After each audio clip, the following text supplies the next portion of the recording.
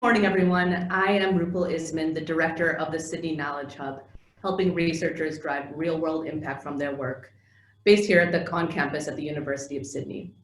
I'd like to recognize the Gadigal, the traditional custodians of the land that the Darlington Camperdown campus of the University of Sydney was built upon, and that I'm privileged to work on every day. This is and always will be Aboriginal land. Welcome to day 4 of the Australian Circular Economy Conference, co-hosted by the Waste Transformation Research Hub, the Sydney Knowledge Hub, New South Wales Circular, and the Association of Pacific Rim Universities. This has been a pretty packed week. We've been going since Monday, and we've had some terrific discussions on research such as hydrogen and building materials, knowledge exchanges on circularity and road materials and textiles and even hospitals. And later today and tomorrow, spotlights on startups doing some amazing things in this space. Today, I'm very excited to speak with a contemporary custodian of the lands and people bound by the city of Sydney. She may not immediately come to mind as a thought leader for the circular economy, but she lays out some of what I believe are the foundational elements of the movement in her new book, Glimpses of Utopia. And she's just an awesome woman that has carved an unconventional path, an impactful path for both herself and has lifted the city of Sydney up in many ways in the process. So I'd like to introduce the absolute explosion of energy and creativity, Councilor and Deputy Lord Mayor of the city of Sydney and author of Glimpses of Utopia, Jess Scully. Hi, Jess. Hi, Rupal. Wow, what a wrap! What a start! Thank you. I have to get up here now. Thank you so much. Thank you for having me as part of this really exciting conference. And I also want to acknowledge that I'm coming to you from Gadigal land and to pay my respects to elders past and present of the Eora Nation. Thank you. And where are you? Where exactly on Gadigal land are you calling in from? I'm in Glebe. Oh, excellent. So Jess, when I first met you, we came across each other when you were the festival director of Sydney Ideas, which was your brainchild. And since then, I came over the last kind of few years after that, I ran into in various kind of arts and ideas festivals and events and so forth. I left Australia for a bunch of years, and I came back last year, and there you were, the deputy Lord Mayor of the city of Sydney, which I did not see coming. But it's Me either. So tell us how you got there. Sure. I mean, so my background is, long story short, I guess, I studied journalism and law, and I had every intention of getting involved in politics, but through journalism and through storytelling. And then I kind of got distracted by the creative industries and the creative world. And I realized that Australia has this incredible resource of its people, the talent, the global connections, the ability to communicate and create that we have here in this country. And yet we have quite a distorted view of what our greatest asset is. And we kind of think our greatest assets come out of the ground rather than coming from the talents of the people that we have here. And so I thought that probably the most political thing I could do would be to actually try and support and elevate the creative sector and the knowledge economy. And that's what I did really for the first kind of 20 years of my career, working in publishing and events and in grant programs to try and support the practitioners in the creative economy. But as I went along and, running festivals and doing all kinds of things, I realized that the built form, so the hardware of the city that you live in and the software in terms of the policy settings, the infrastructure, the kind of policy infrastructure and the incentives, all of that stuff can either enable or disable participation. It can either incentivize kind of pro-social and environmentally responsible outcomes, or it can have us doing more of the same. And so I became interested in local government, and it was something that I thought that I would get involved in my retirement, perhaps, that in a few years' time I might get involved in that, because it seemed to be a game for older people. But then, the Lord Mayor, Clover Moore, who I've always admired as a real, leader when it comes to sustainability and social justice, she asked me to join her team in 2016. And so that came about much sooner than I was expecting. But I am so grateful for the opportunity, and I'm really grateful to be able to be doing it right now at a time when I think is really crucial from an environmental perspective, but also from a social justice perspective as well. Yeah, that's great. You know, I've lived a lot of places, New York and Chicago and San Francisco, and I just came back to Sydney because that vibrancy is felt. Like I can feel, you know, as a resident of the city of Sydney, like I feel so lucky to have kind of seen the Sydney kind of finding itself, and this vibrancy is felt. So, you know, thank you. It's really wonderful to have someone that, you know, someone like you, which is like you're fun and kind and you don't take yourself too seriously, which I think is always wonderful to be leading the city. So, so that's great. Earlier this week, we heard from Chris Dirk-Semmers, the Sustainability Director of the City of Sydney, on some of the circular initiatives that the City of Sydney is working on. You know, some of the like gray water from the buildings going down George Street, some of the residents' waste recovery. A lot of that is kind of about ingenuity and logistics. You are a people person, like you focus on people, and I think, you know, behavior change is kind of one big obstacle for us to truly kind of take on a circular economy. Can you tell us about how you design for circularity when it involves a significant change in residents' behavior? Yeah, well, I want to shout out to that work that Chris would have been taking you through, and I see Chris is on the call as well. So hi, Chris. Hi, Chris. So Chris Dirk-Semmers is our Director of Sustainability, and Chris and his team and the sustainability leaders who are sort of embedded throughout the organisation. Because I think one of the things that's really positive at the City of Sydney is that it's not just one silo. We have people who are charged with sustainability as their focus throughout the organisation as well, so that's really important. So I want to briefly mention those things and then talk about the behaviour change stuff that you're talking about, Rupal. So there's some really important stuff that we can do in terms of what we procure.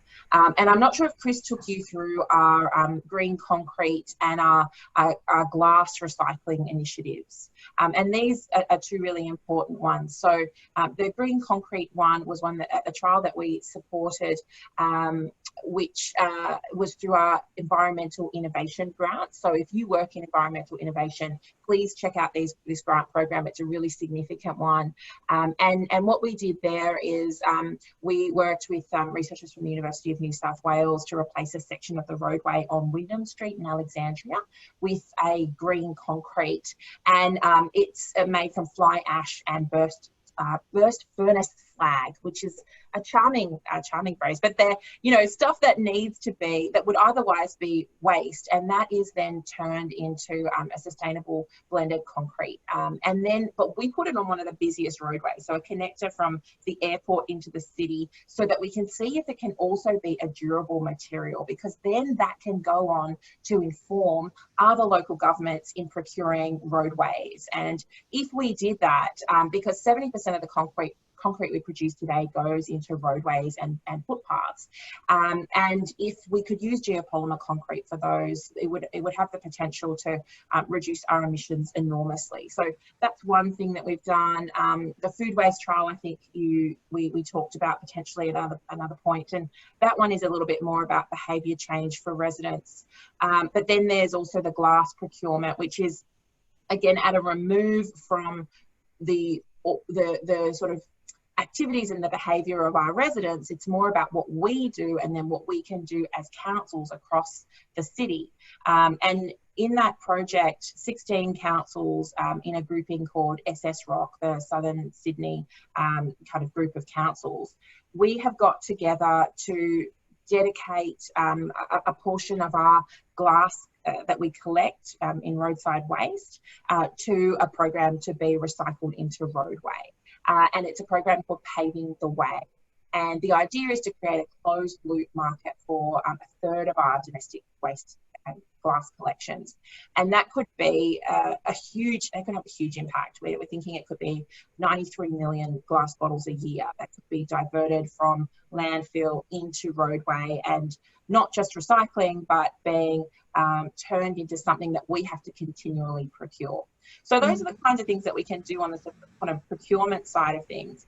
But then in terms of behaviour change, if we go back to the food waste trial, there's an enormous willingness from the community to do this stuff. but I think they are hitting blockages in terms of the systemic solutions. You know, if you live in an apartment, and 75% of people who live in the city of Sydney live in apartments. If you live in an apartment, unless you have a bokashi bin and a real willingness to get through summer with that thing in your kitchen, you are kind of limited by how much you can limit and reduce your own waste. And so what we're trying to do is figure out how can we do green waste collection for apartment buildings and for houses as well, and how do we turn that into a closed loop system. But I think the willingness is there, the level of participation and sign-ups is really high. I know on my street, a huge number of people have the bins, and some of us who don't have the bins are sharing and using other people's bins. So I think the behaviour change element isn't that hard to do at the moment, because we have got the momentum behind people wanting to limit their waste and reduce their footprint. But they've been blocked by a lack of kind of pathways for that waste to be turned into something useful. And that's where government has to act at scale, and where we also have to advocate for changes to policy to not just make it easier to do those things, but to require those pathways to be taken instead. That's great. And something that I've noticed that you and Lord Mayor does in a lot of your social media and your communications is you make things quite fun. And in your book, you talk about how making things fun is kind of a pathway forward to change behavior. And I think that I'm a huge advocate of that. I totally agree. Congratulations on your book. I'm reading it now, and like what I talked about, it's really fun. It's a really fun read on a topic that can be really boring to a layman. Super depressing. So I hope I've balanced out how depressing it gets before we start talking about solutions. But thank you. Yeah. Well, this is your book. I'm reading it now. Jess, can you tell us a little bit about Glimpses of Utopia? Yeah, sure. So I wrote it because I encountered some young people who were really, and I think so many of us are in this boat where it's sort of easy to be depressed and to not have a sense that the future is going to be better than today, and to see all of these escalating challenges and just think, well, there's so many of them, they're so insurmountable, the forces against change are so strong, how can we possibly make change? And so what I wanted to do with the book was to create a set of policy proposals and draw them out from the world that we can put forward as things we protest for and not just things we protest against. And also to show people that the way things are done, oh, that's just the way things are done. Well, that's not true around the world, and it's not true through the span of history, and we have better alternatives to choose from. So the book draws on those alternatives, focusing on work and economics, finance, city making, care, and politics, which I think is kind of a foundational something we have to get right first, because it's the way that we make decisions as a society. And at the moment, the things that we're prioritizing and valuing are kind of at odds with our own human needs and our continued existence on the planet. And so that needs to be questioned and reassessed right now. And we have to change how and who makes decisions. Yeah, and I love it because, you mentioned that things don't have to be done this way. I loved it because the examples that you gave were both radical seeming, but also glaringly obvious. And I think that they were this way because, and you address this early on in your book, you talk about a seemingly straightforward term like value. And you proposed, I guess, a more nuanced definition of it. And it seems nuanced, but it also seems obvious. Value should be something that, a straightforward definition is where the most people benefit. People benefit from whatever you're talking about. And unfortunately, it's kind of turned into this kind of more simplified version of price and ease, price and convenience. So, with your more nuanced proposal, the City of Sydney uses both, has this quantitative framework of defining values. So can you talk a little bit about how the City of Sydney measures value, and kind of more importantly, how you got there, how you got to this framework of having a quantitative approach to value? Yeah, absolutely. I want to kind of tease out two things from that. And one is the community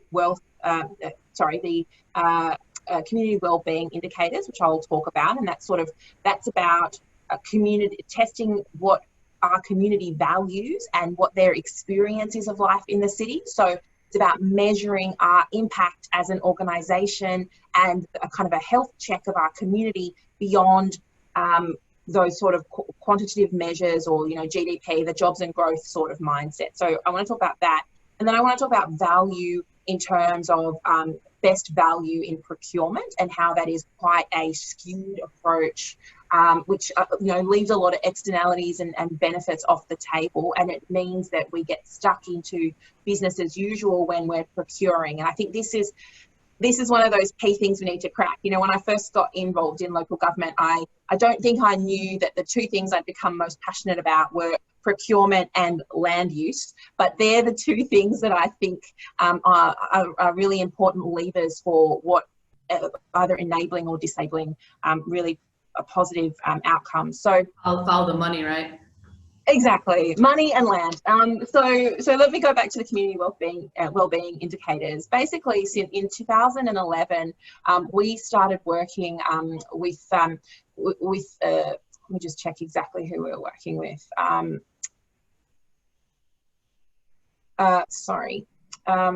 Oh, yes, of course. It was the Institute for Sustainable Futures. We started working with them in 2011. And, we realised that we were just not measuring things like people's trust in each other, their sense of safety in the community.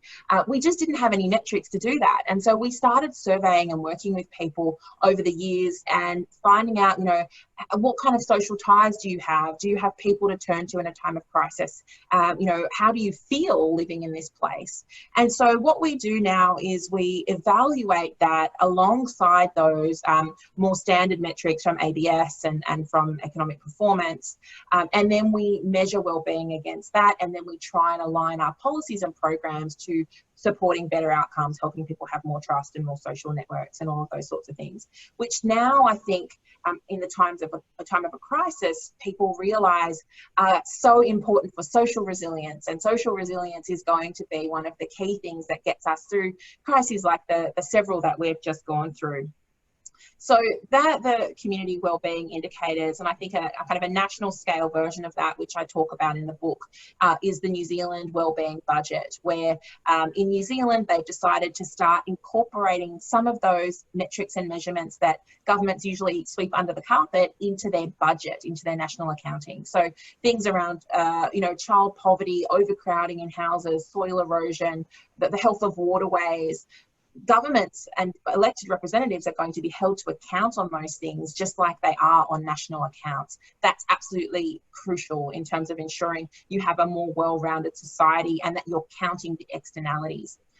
On the procurement front, I've brought the council to investigate two key approaches. One is a local procurement policy and one is a community wealth building approach. And both of those are really about tracking how we spend money in the local economy.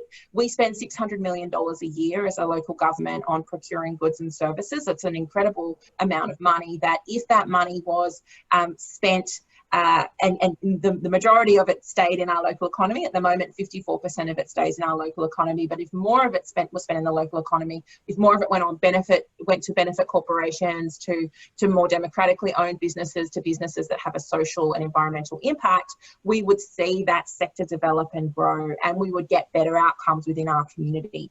And there are already requirements for organisations of our size to begin to account against measures of modern slavery, for example, and try to reduce modern slavery in our supply chains. So I think there's an enormous opportunity for people who are advocating for circularity to build that into procurement and to make sure that you're working with procurement professionals, because they're incredibly experienced and really understand the challenges that they're facing when they're trying to choose between contractor A and contractor B. But there are limitations in national competition policy and in the Local Government Act, which mean that we have to stick to quite a limited definition of best value. So that's something that we need to advocate for, and we need to build more nuance into that. Yeah, I mean, the procurement, we were going to have a session on procurement at the in this conference, and we weren't able to kind of pull it together, but I think it's really important. And, you know, what I would love to see is, you know, as you're working through some of these procurement policies, to have this kind of transparent and, you know, promotional push for best practices, because, you know, the University of Sydney, I'm sure would love to see those. And I think that if there's kind of like a shared sense of value, we are able to kind of have those conversations really easier. Just quickly on that, so part of the community wellbeing approach is for the city to be an anchor institution, but to also develop networks with other anchor institutions. It's called the Preston Model. And so part of what I did was I asked the CEO to work with the universities, the hospital, the airport, and other local governments. And she's already had a meeting now with some of the leaders of those organisations, because if organisations like all of the universities that are probably on this call were also focused on community wealth building and agreed to become anchor institutions, we could really redirect a lot of spend locally. And I think we could make it more transparent, and it would be a good thing for the knowledge economy to show how they have flow-on impacts in local communities, so that there's not this sort of like knowledge economy is thriving and then the main streets are struggling split that we're seeing in a lot of local communities at the moment as well. Yeah, no, I think that's great. And also, you know, if you as long, you know, I think that the stakeholder engagement is really important, but also kind of an easily, I guess, shareable, a one-pager sort of thing where people like me who can kind of advocate, you know, I'm not in procurement, but I can advocate for procurement. But I just don't have the language, and I don't, you know, I haven't thought more as deeply about it as you. So that would be really helpful. We've also had, you know, yesterday we had greening the healthcare sector. So a couple general managers of some hospitals were on the call, and so forth. So think about that. And if you do, I'd love to kind of have some of that shareable resources of procurement policies. That would be great. I'll look into that. And so with your community well-being indicators, you know, some of these metrics aren't common denominator language, whereas money is a common denominator. Do you have difficulty speaking to not peers, but kind of other levels of government, or you know, other councils when you have kind of different numbers that you're talking about? And does it matter? I think it would be helpful if we did have more a more widespread approach to measuring positive impact in the community and to counting those things that we don't normally count. It would just be so much more helpful. I mean, if we had that sort of discussion, even at a citywide level, you know, across the 33 councils in Sydney, that would be enormously helpful. And I think it would help us advocate for regional or metropolitan level infrastructure that could achieve some of the ends of circularity or social justice, you know, or you know, the just transition. So, for example, you know, if we were measuring and talking about the same things across the whole city, then we would more easily be able to advocate for the sort of waste recovery centres that would need to be invested in, I think, at a state level and regionally, because there's not much, it's very hard to make the case for us, for example, collecting textile waste or you know, and processing it, because we don't have the scale of the stuff coming in, and we don't have the place to send it on the way out. But if we organised collectively and then we created a market for that stuff collectively, then we would be in a better position to actually have an impact. So yeah, I think it is about language, but I also think it's about figuring out what's the stuff that's worth measuring together, and then what are we going to do with it is kind of an important next step. When we caught up last week, you said, I'm not against the free market, I just haven't seen one. What role do you think the government should play when it comes to the market, specifically around sustainability? Look, I just think there are so many distortions in the market, you know, that it's a bit of a gag to call it a free market. You know, we've got at least $400 billion a year in global subsidies to fossil fuel industries. We've got probably about half that globally in kind of water subsidies, and which are in many cases intentioned to help make those commodities cheaper for people in need, but actually end up being limiting the ability of creating more sustainable pathways. And so I think at the moment we're in a system where it's artificially cheap to pollute, and we're underwriting the linear make, take, waste economy.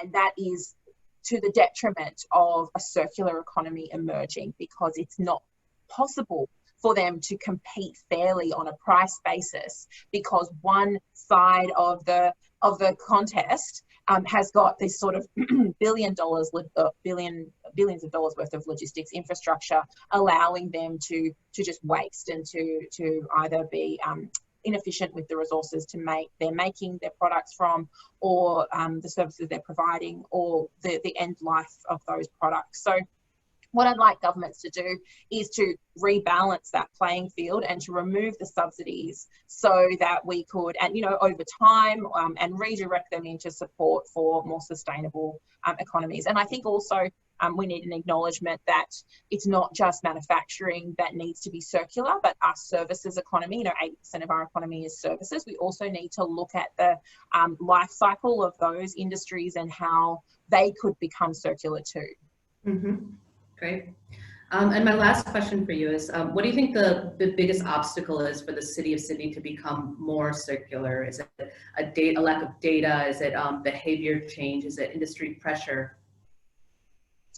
I think it's regulation. So I think that people are poised. I hear from people all the time who want to do more, but at the moment, we have this distorted market, and we can't just leave it to incentives, and we can't, because I was looking at the National Product Stewardship program, and I see, I'm very glad to see that they're providing some innovation grants so that they can try and encourage more innovation in the sector. But until you have regulation, as they do in Europe and in other parts of the world, to make producers and manufacturers responsible for their products, and until you have regulation that means that we have to be transparent and have responsibility for the life of a product or a service, then you're not going to get the outcomes, and we're not going to be able to produce the infrastructure that will take products back, rework them, and bring them back into the market. So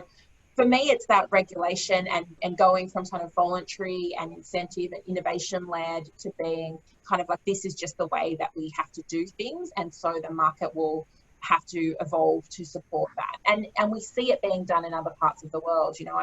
I met the managing director of IKEA Australia recently, and he told me that achieving their goal of being circular by 2030 is almost impossible in Australia, whereas it is achievable in other parts of the world. So there are clear things that we can change in our policy settings. Mm-hmm. Great. And later today we have I forgot what time, but I'll enter this in. We have an event on product stewardship, and essentially kind of like what are the inputs and what is the framework for product stewardship. So I'd encourage you guys to join.